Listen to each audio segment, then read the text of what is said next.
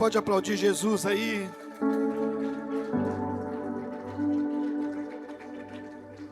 Glória a Deus. Eu quero poder falar nessa noite sobre algo que nós gostamos muito: comida.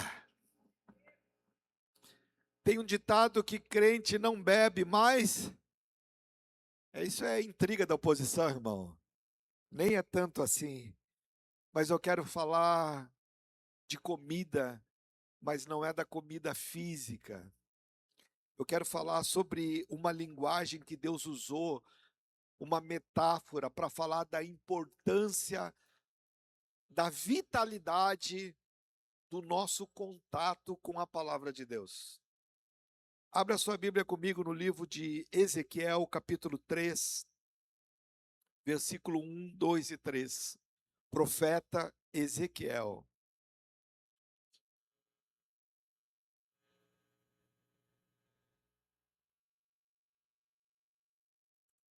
Tem alguém vivo aí, gente? O frio deixa a gente mais quietinho, né? É verdade, né, minha? Aleluia! É verdade. Irmãos, eu sei que eu pareço às vezes um pouquinho, mas quantas pessoas têm a Bíblia? Ergue a mão, ergue para cima aí. Se não, ergue teu celular. Pode erguer o celular, ergue o iPad, ergue o que você precisar. Ergue aos céus aí. Eu quero falar que essa é a comida que nunca pode faltar na minha vida e na sua. Eu quero poder que nesse culto o Senhor me dê graça, para que eu e você possamos entender e amar um pouquinho mais a Bíblia do que já amamos. Eu quero poder falar, e esse culto, Deus falou muito comigo a respeito de coisas simples e base. Então, nessa noite eu quero falar sobre esse nível de comida. Nós precisamos voltar ao tempo, e pastor, você é saudoso, eu vou te dar pelo menos alguns motivos porque que a Bíblia escrita, ela é melhor do que a Bíblia digital. Primeira coisa, ela vai te dar mais atenção. Você, quando está lendo essa Bíblia, você só vai parar se você quiser. Mas eu também uso a Bíblia do celular. Às vezes estou em lugares, em ambientes, às vezes numa sala de espera, recepção, e às vezes você está lendo, quando vê, entra um zap, e aí você já fica tentado: meu Deus, quem é essa pessoa? Será que eu tenho que atender agora? Alguém entende o que eu estou falando? Segundo, existe um projeto, tá? Isso não é teoria da conspiração, mas para trazer mudanças na Bíblia, trocando termos e deixando a Bíblia mais palatável à nova sociedade. Em resumo, distorcendo a palavra de Deus. Na Bíblia escrita vai ser mais difícil fazer isso. Mas na Bíblia digital, então eu não sou contra a Bíblia digital, eu uso ela aqui, mas nessa noite eu quero poder falar um pouquinho dos benefícios e da importância dessa comida. Essa comida, irmão, tem mais de 8.000 promessas aqui. Eu e você precisamos olhar de um jeito diferente para a palavra de Deus.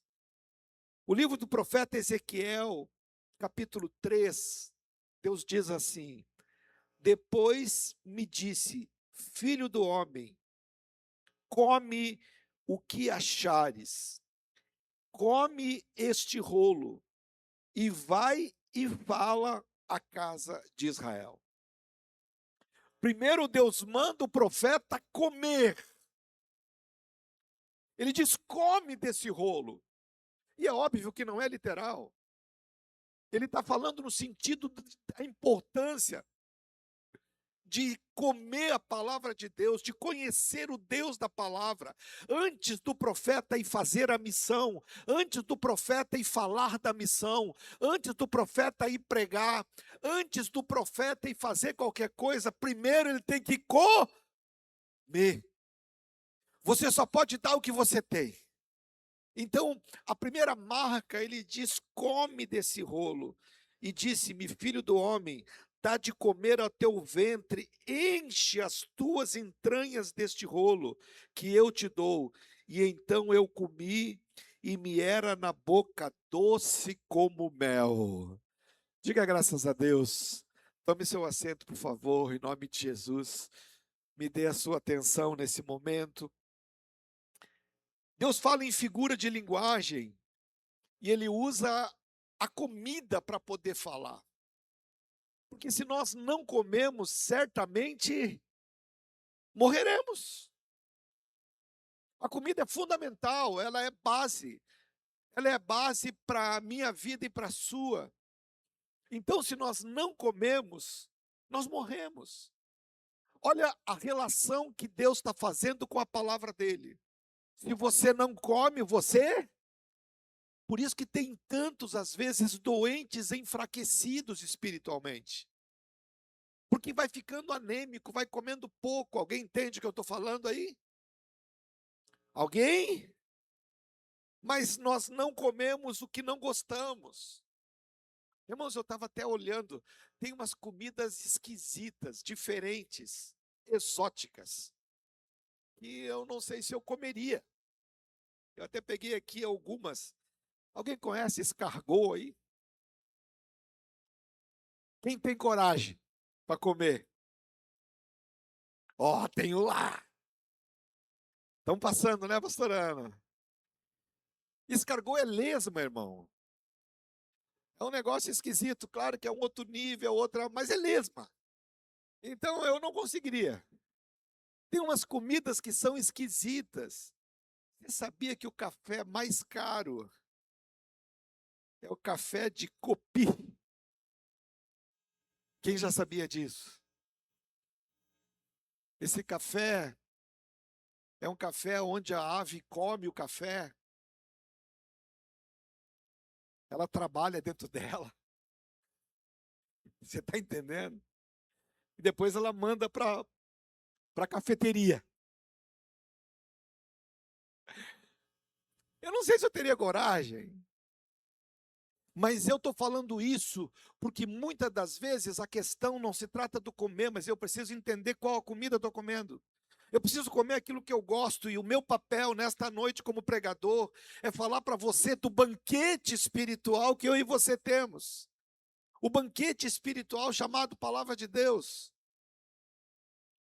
Quando o próprio Deus ele faz uma menção que era doce como mel. Mel é algo que dificilmente uma pessoa não goste, mas a palavra de Deus ela tem essas características. Salmos 8, versículo 105, 119, 105, diz assim: lâmpada para os meus pés é a tua palavra e luz para os meus. Lâmpada significa, ela ilumina perto. Agora a luz, ela ilumina. A Bíblia vai dar direção para você no próximo passo e nos passos lá da frente. Ela vai iluminar as tuas decisões de hoje, aquilo que você veio buscar hoje, mas ela também vai te dar um norte que vai mesmo. Eu estava falando com um casal abençoado ali, estava falando de uma pessoa, da família deles, que já partiu, mas que deixou um exemplo, deixou um legado. Ele foi luz. Porque a pessoa, mesmo quando você não está mais nessa terra, você continua iluminando quem olha para o seu exemplo, para o seu estilo de vida. Alguém está entendendo o que eu estou falando aqui? São decisões. Veja, Salmos 1 diz: bem-aventurado o homem que não anda segundo o conselho dos ímpios, não se detém no caminho dos pecadores e nem se assenta à roda dos escarnecedores. Escute, antes o seu prazer está na lei do Senhor, e na sua lei ele medita de dia. Em nenhum lugar na Bíblia manda nós ler Bíblia, manda nós medir. É mastigar, ler mais de uma vez, e aí entra o desejo, entra a batalha espiritual. Pastor, mas eu pego a Bíblia e eu não consigo ler, eu pego a Bíblia e eu não entendo. E, irmãos, todo mundo vai passar por isso. Todo mundo. Eu, quando peguei a Bíblia a primeira vez, eu falei, gente, como é que o pessoal consegue ler isso? É uma linguagem diferente, palavras diferentes. Vai ser difícil no começar, no iniciar. Mas antes de você começar a ler a Bíblia, fale com aquele que escreveu a Bíblia. Espírito Santo, fale comigo. Me revela a tua palavra. Me ensina a tua palavra. A Bíblia não é um livro qualquer que você lê de qualquer jeito. Ela precisa ser lida debaixo de oração. E eu tenho certeza que Deus vai falar com você. Ele é como árvore plantado junto ao corrente das águas, que no devido tempo dá o seu fruto, cujas folhas não murcham, e tudo que ele faz será bem sucedido ou prosperar. Então, para um pouquinho. Esse versículo está dizendo que a Bíblia é a chave da prosperidade na minha vida e da sua. Cadê a igreja? A Bíblia é aquilo que eu e você precisamos para as nossas vidas. Nós precisamos falar de Bíblia. Pastor, mas isso, tanta coisa para falar no culto. Irmão, se eu tirar a Bíblia do culto, não tem culto. A Bíblia, ela é fundamental. Deixa eu dar um testemunho aqui. E eu estou vendo aqui o filho Ivan aqui. A Bia passou uma guerra enorme. E ela estava na Covid entubada. E estava muitos dias. Quantos dias, Ivan? 39 dias. E eu senti algo muito ruim. E fui orar sobre a vida dela. E naquele dia o Senhor me deu uma direção. Vai aonde ela está. E eu mandei um WhatsApp para o Ivan. Falei, Ivan, eu sei que ela está isolada na UTI, mas eu posso ir junto? O Ivan falou, claro, pastor. E eu senti um certo alívio dele quando ele falou isso, porque ele estava também num momento difícil, porque tinham ligado para ele. E quando você está com alguém nesse estado, você já espera tudo de pior. E ela não tinha mais o que fazer em relação a isso. Mas antes de eu ir lá no Ivan, eu busquei uma palavra. E a palavra que Deus deu, ele dizia o seguinte, que ela iria sair ilesa, porque tinham muitos que estavam com ela, e tinha igrejas e pessoas de vários lugares orando pela vida da Bia. Só que o quadro do médico dizia outra coisa. O quadro médico não dava esperança, não voltava, e assim por diante. Então estava num momento crítico. E eu fui com o Ivan lá e tinha acho que 15 minutos, 20 minutos de visita. E não sei como que ele conseguiu para mim entrar antes dele. E eu entrei. E estava todo mundo com medo naquela época. E aí me disseram, entra aqui, dobra ali, coisa e tal. E eu fui. Só que eu levei comigo um óleo ungido, que significa a presença do Espírito Santo. E Deus me deu uma direção, e eu falei, eu vou fazer. Aí eu olhei, não encontrei ninguém, irmão, não tinha enfermeiro, não tinha nada. Eu olhei e estava a Bia sozinha no quarto. Entrei no quarto, peguei o óleo, lambuzei a cabeça dela. Falei, Senhor, em nome de Jesus, eu quero profetizar vida sobre ela, eu quero profetizar cura sobre a vida dela, e assim por diante. Quando uma enfermeira me viu, meu Deus do céu, aí eu liguei com a igreja para nós orar juntos. Zemira, eu liguei na igreja, conectado, e o povo orando. Aí o povo viu a enfermeira me xingando. Mas o senhor é louco, o senhor não pode entrar aí, porque vai se contaminar. Eu falo, se é para contaminar, já contaminei. Deixa eu terminar a oração. Agora já comecei. E nós começamos a orar e assim por diante. E eu disse para o Ivan, Ivan, fica tranquilo, porque Deus me deu uma. E para a glória do Senhor Jesus, a Bia saiu daquele lugar. E isso tudo acontece pelo poder da palavra de Deus. Alguém entende o que eu estou falando aqui? Mas eu preciso correr, irmãos. Agora, veja, o meu alvo dessa noite é te dar argumento sobre Bíblia e entendimento sobre Bíblia. Primeiro, como eu posso saber que a Bíblia é a palavra de Deus se foi homens que escreveram? Quantos já ouviram aí? Ah, mas a Bíblia foi homens que escreveram. Quantos já ouviram? E é verdade, irmãos, foi homens que escreveram. Mas ela é a palavra de Deus, número um, porque a Bíblia diz que ela é. O livro de 1 Timóteo 3,16 diz: toda a escritura é inspirada por Deus. É inspirada por. Eu vou ditar uma carta. O pastor Cláudio vai escrever e vocês vão receber. Eu vou ditar, o pastor Cláudio vai escrever e vocês vão. Quando eu termino a carta, eu envio. Quando tu pega a carta é minha ou do pastor Cláudio? De quem é, irmãos? Do pastor. Mas foi o pastor Cláudio que escreveu. Mas fui eu que editei. A Bíblia é inspirada por Deus. Homens foram usados, mas a palavra que está escrita aqui veio de Deus. Eu preciso dar valor para aquilo que veio de Deus. Tudo bem? Útil para o ensino, repreensão, correção, educação e justiça, a fim de que todo homem de Deus seja perfeito e perfeitamente habilitado para toda boa obra. Eu e você precisamos conhecer a Bíblia para ser habilitados para toda boa obra.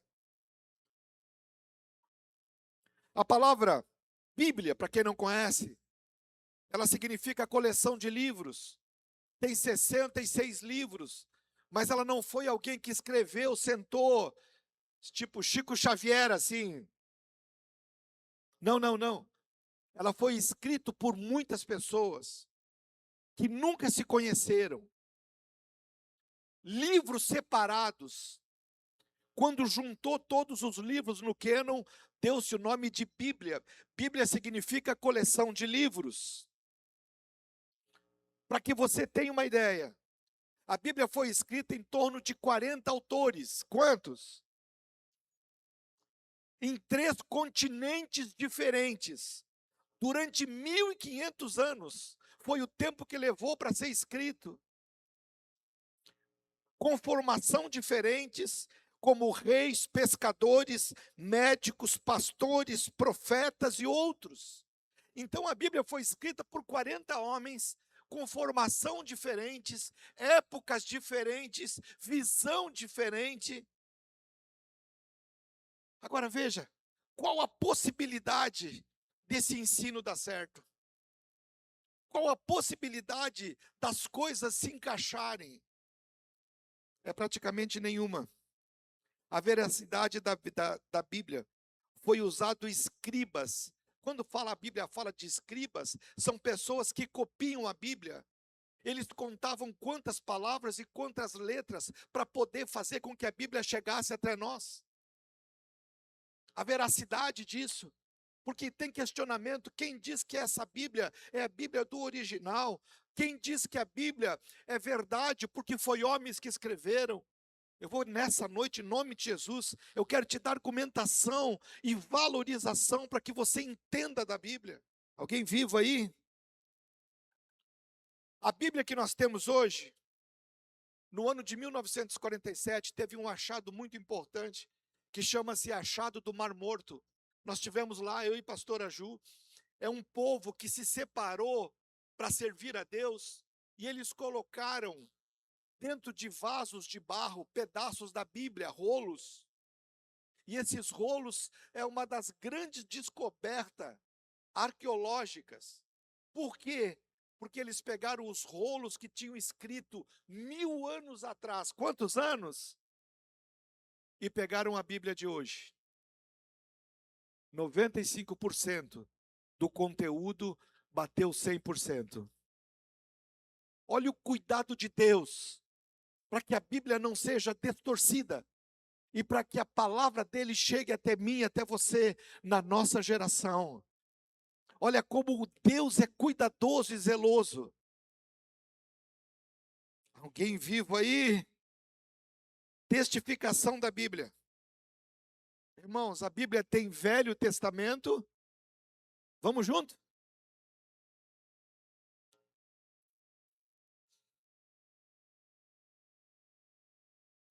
O que divide eles? Jesus. Velho Testamento, antes da vinda de Jesus. Novo Testamento, depois da vinda de Jesus. Tudo bem até aqui? No Velho Testamento, profecia sobre profecia. Profecia significa o que iria acontecer. Então vamos entender. O livro de Isaías foi escrito 850 anos antes de Jesus nascer. Qual a probabilidade, se fosse homem que escrevesse, daquilo que Isaías escreveu, Cristo cumprir a risca? Não tem como. Não existe maneira, forma. Eu peguei um dado estatístico e eu falei, como é que eu consigo passar para a igreja? E tem um dado estatístico numérico das profecias que estão no Velho Testamento se cumprindo no Novo 100%.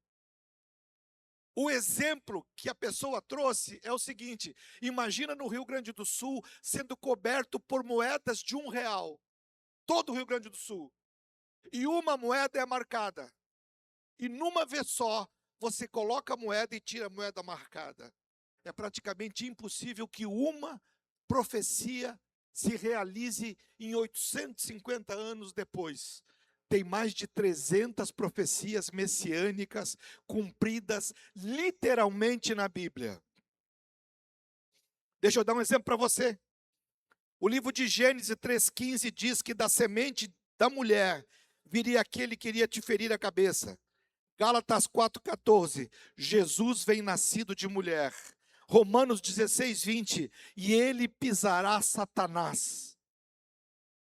O livro de Miqueias, capítulo 5, versículo 2, de Belém sairá o governador de Israel.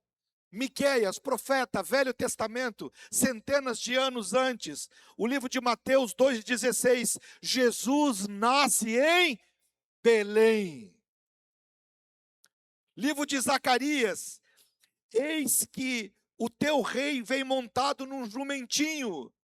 Irmãos, rei não monta em jumento, rei monta em cavalo. Nenhum rei monta em jumento. Jumento não é animal de conquista, não é animal de guerra. Jumento é animal de paz. Mas, em Mateus 21, 5 e 9, Jesus faz a entrada triunfal em Jerusalém, montado num jumentinho. Você percebe que isso era impossível de acontecer, mas tem mais. Salmos 22:16 diz: furaram-me as mãos e os pés. João 20:27, ele diz: aonde Tomé toca as mãos de Jesus. Salmo 69:21, deram-me 69:21, centenas de anos antes, deram-me fel por comida e vinagre quando eu tinha sede. Olha a profecia do que iria acontecer. Livro de João 19:28, deram vinagre para o Senhor Jesus quando ele disse: eu estou com sede. Ensoparam no vinagre com fel e deram para ele. Alguém já viu isso no filme, em algum lugar ou na Bíblia? Livro de Mateus 27:46, perdão, Salmos 22:1, está escrito: Deus meu, por que me desamparastes?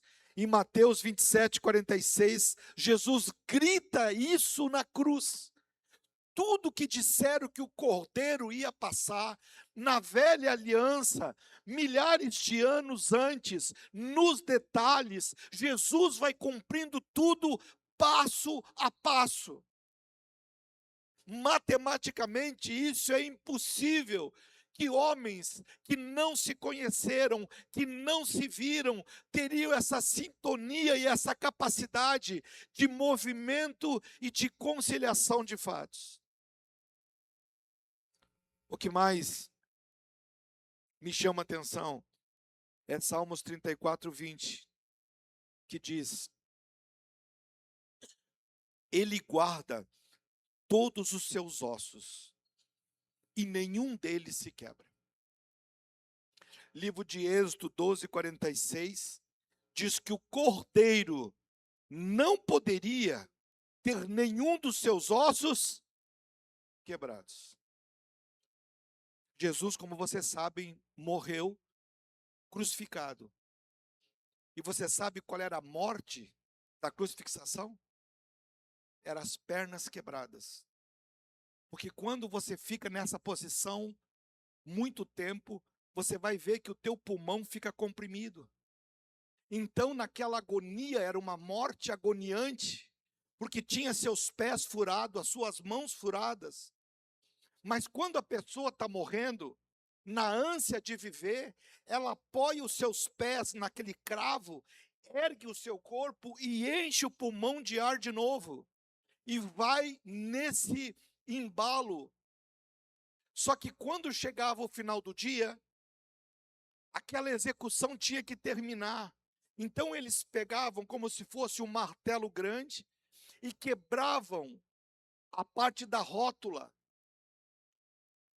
aonde a pessoa não poderia mais ficar de pé. Então o seu corpo caía e o ar dos seus pulmões não poderia mais se encher. Então ela morre por asfixia. Só que Jesus não poderia ter nenhum dos seus ossos quebrados, porque a profecia dizia que o cordeiro não pode ter nenhum dos seus ossos quebrados. Pastor, mas de quando é essa profecia? Quase 1000 anos antes. E a Bíblia diz, você conhece a história, que Jesus ele diz: Pai, eu entrego em tuas mãos a minha alma. E ele expira. Quando eles quebram as pernas do ladrão da direita, as pernas do ladrão da esquerda, e quando eles vão quebrar as pernas de Jesus, alguém diz: não, ele já está morto. O soldado diz: será? E ele pega a lança e fura do lado. Alguém lembra disso? Mas nenhum osso foi quebrado. Irmãos, eu não preciso falar para você da importância, eu não preciso trazer para você, mas eu quero te dar argumentos para isso. A própria Bíblia testifica que ela é a palavra de Deus. Nenhum homem poderia ter tantos detalhes, tantas coisas e cumprir desse jeito. Alguém entende o que eu estou tentando pregar aqui? Tem mais de 300 profecias messiânicas que se cumpriu. Isto é para provar que esse banquete, essa comida, que às vezes na nossa casa tem 2, 3 e às vezes nenhuma aberta. Essa comida é banquete dos céus. É a palavra de Deus. O jeito que eu olho para a Bíblia define o meu temor pelo Senhor. Não, deixa eu melhorar isso. Você não tem ideia de quantas pessoas morreram para que a Bíblia tivesse chegado até nós. Eu vou dar alguns números aqui. Do ano 1 ao 4, milhões de cristãos morreram na época de Nero, onde eles tinham versículos que eles não tinham Bíblia, mas tinham pedaços do ensinamento do Velho Testamento no coração deles. E eles tinham uma opção, era só negar Jesus. Cancela essa ideia desse Jesus. Nega, e você é livre. Pais, famílias inteiras sendo colocado no Coliseu para poder entreter o povo, aonde o povo se divertia vendo os leões destroçar as famílias. Mas eles não eram obrigados, eles tinham uma opção. Qual a opção, pastor? Nega Jesus. Nega.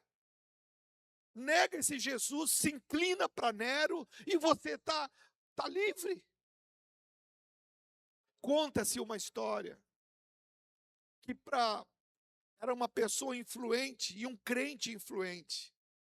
Então, para forçar ele a negar, porque se ele negasse, as pessoas que admiravam ele também negariam, eles começaram a sacrificar os filhos e a esposa desse homem. E disseram: se você não negar Jesus, o seu filho e a sua esposa, serão executados. É muito fácil falar, mas se coloca no lugar. Não é uma questão de qualquer, é vida.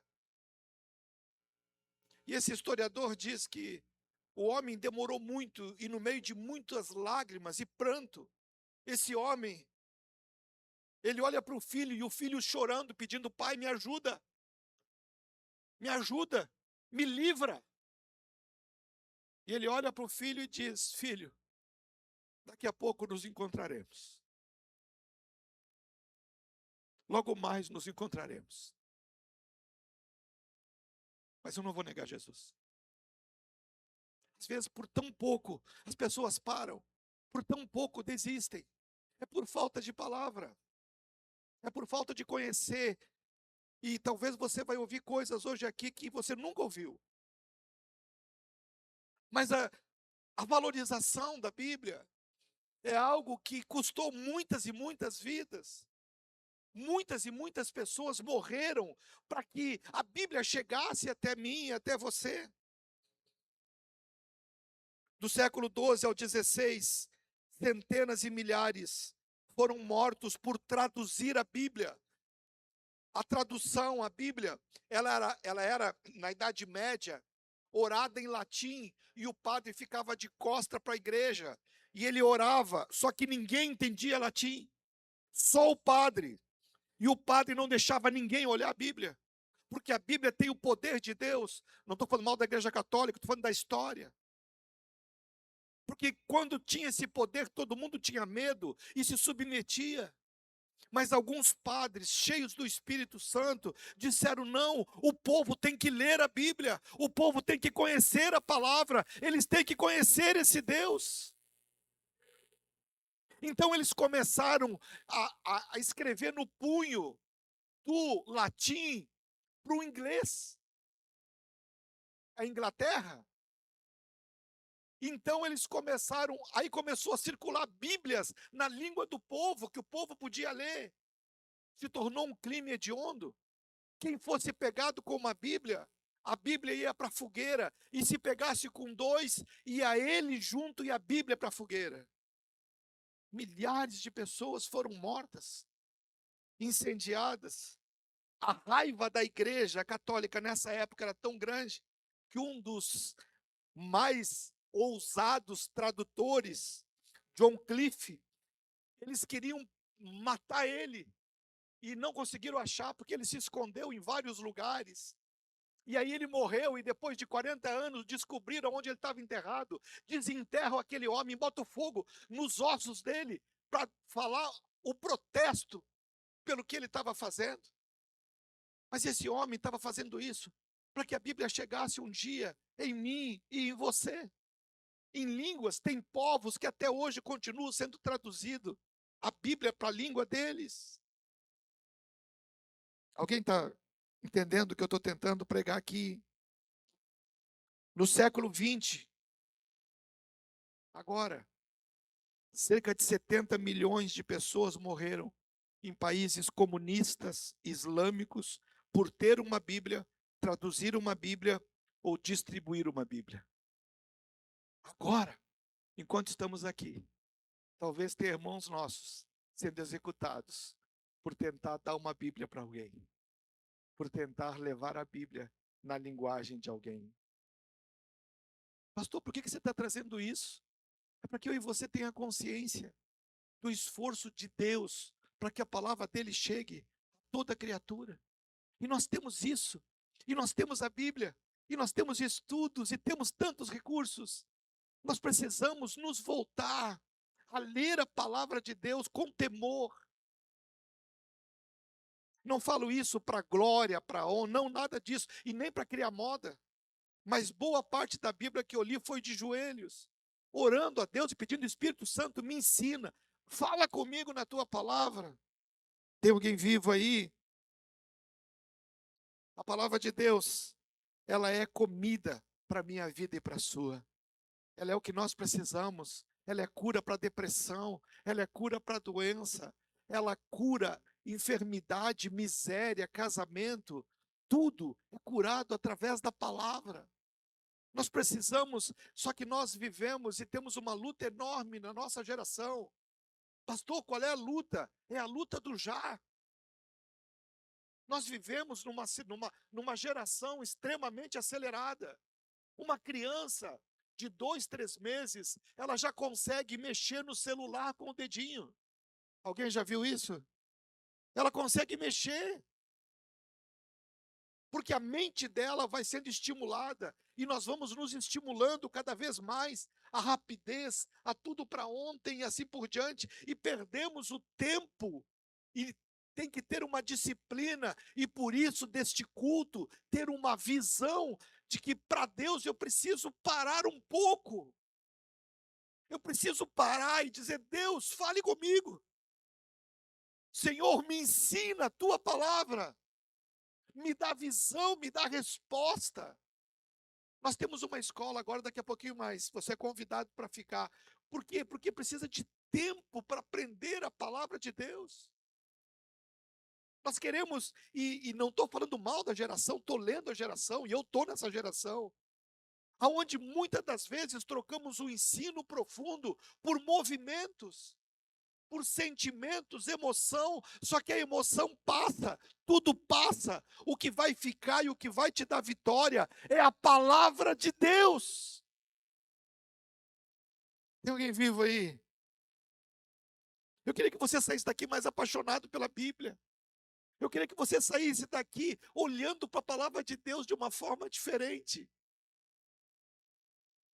Vidas morreram porque eu e você tivéssemos essa oportunidade.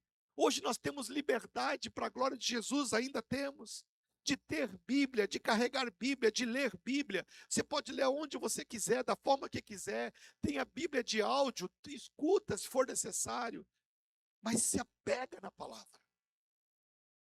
Todo o movimento religioso que não tem palavra vai passar. A minha vida e a tua tem que estar escondido na palavra de Deus. Quando olhar para esse livro, seja o livro que for, não veja somente um livro, veja a boca de Deus aberta. Foi Ele que ditou, foi Ele que disse, foi Ele que cumpriu. E essa Bíblia diz que Ele não é homem para que minta, e nem filho do homem para que se arrependa. Aquilo que Ele prometeu, Ele é fiel para cumprir na minha vida e na sua. Se apossa dessa palavra. Olha para as promessas de Deus e diga: Senhor, está na tua palavra. Eu quero isso na minha vida, quero isso na minha casa, quero isso na minha família. Amém, queridos? O versículo mais importante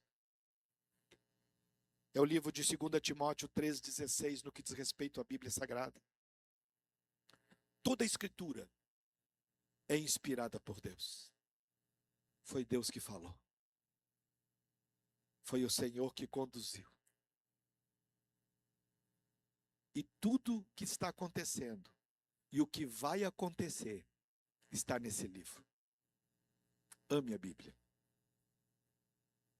Separe o teu tempo devocional com Deus. Contrarie a geração e a moda e diga: Deus, eu quero ouvir a tua voz. Você vai ter experiências tremendas com o Espírito Santo.